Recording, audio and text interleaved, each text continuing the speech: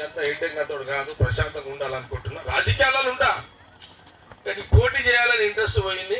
నేను నిర్మలకు అడిగిన, నువ్వేమైనా ఉంటా అంటే చెప్పు, నేను పెడతా, లేదంటే ఇంకోనని పెడతా అని చెప్పిన.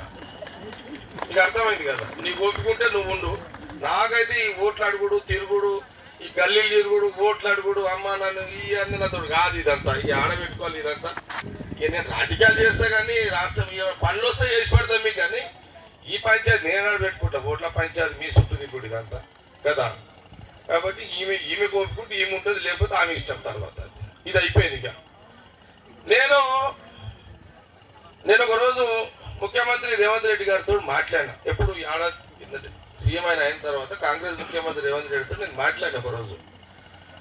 ఇట్లా ఇష్యూ ఉన్నది అంటే ఆ టైం వచ్చినప్పుడు చేద్దాంలే అన్న అని ఆయన కూడా సీఎం కూడా అన్నాడు. తర్వాత పొంగులేటి శ్రీనివాస్ రెడ్డి రెవెన్యూ మినిస్టర్తో కూడా మాట్లాడినా.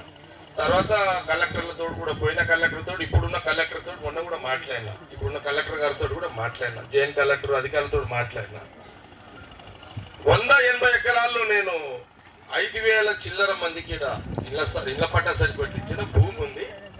అంటే ఆమె కలెక్టర్ గారు మొన్న ఏం చేసిందంటే ఎంఆర్ఓని, ఆర్డీఓని, జాయింట్ కలెక్టర్లు అందరిని కూర్చొని పెట్టింది. నేను, నిర్మల, సత్తానా, సుభాష్ ఉన్నాడు, రామరెడ్డి ఉన్నాడు, మాంజనేయులు ఉన్నాడు, చిరు ఉన్నాడు, మీ గౌడ్ సాబ్ ఉన్నాడు. ఇప్పుడే మీ గౌడ్ సాబ్ కన్నా, శ్రీనివాస్ గౌడ్ సాబ్ కన్నా, ఏం గౌడ్ సాబ్ మీ ఊరోళ్ళు మీకు చేసుకోకపోతే ఎట్లా అంటే ఆయన సపోర్ట్ చేయలేడు, వాసీభాయ్ సపోర్ట్ చేయలేడు, రఘుభాయ్, సబుభాయ్, చోటుభాయ్, వీళ్ళంతా ఉన్నారు.